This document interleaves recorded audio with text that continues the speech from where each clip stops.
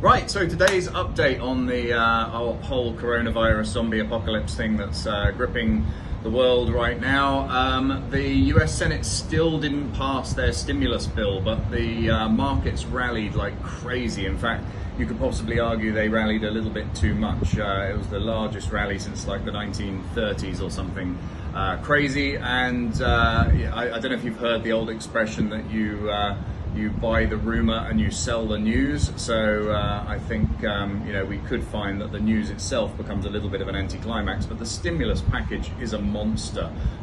They're looking for $6 trillion to be approved, of which $2 trillion will go directly into the economy. It will effectively be an injection right into the hands of business and ordinary people, and the other $4 trillion for the Fed to support markets. So, I mean, just to put that in perspective, that's kind of 6 times the Turkish economy, or 3 times the entire UK GDP that is being injected as stimulus into the US for this current crisis. So I think that kind of puts an idea as to how big an issue this is going to be.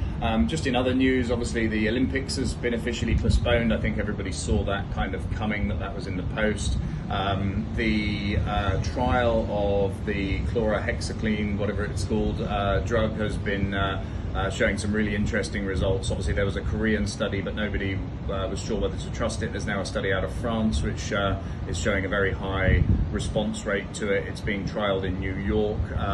Larry Ellison of Oracle has created a platform to allow everybody to share their data on the use of it across the US, so that they can see the effectiveness.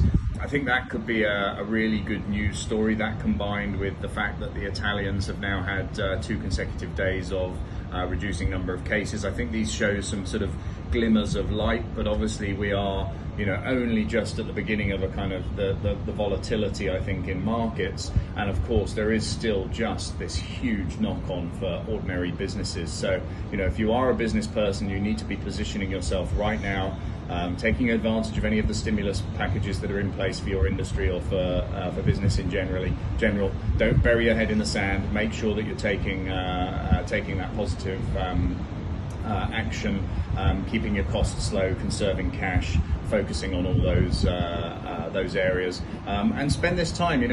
Most people are now in some sort of lockdown, or at least spending more time at home. Spend this time to kind of educate yourself and start to plan for life after the virus. I mean, I'm seeing just anecdotally in lots of businesses that I'm talking to that there isn't going to be a return to normal, that they are now going to travel less, work more from home, take advantage of all this technology. We've had the technology for ages, but I think this virus has been a massive stimulus for people to be forced to use the technology, and now they're using it. They're realizing that actually they could have been doing this for quite some time before. So I think this is going to be a tipping point or a changing point in the way we all do things, and I think that can be very, very positive. It's going to lead to far greater efficiency and a whole new raft of opportunities, but it's going to be very disruptive to some businesses and very opportunistic for others. And so make sure that you're positioning yourself to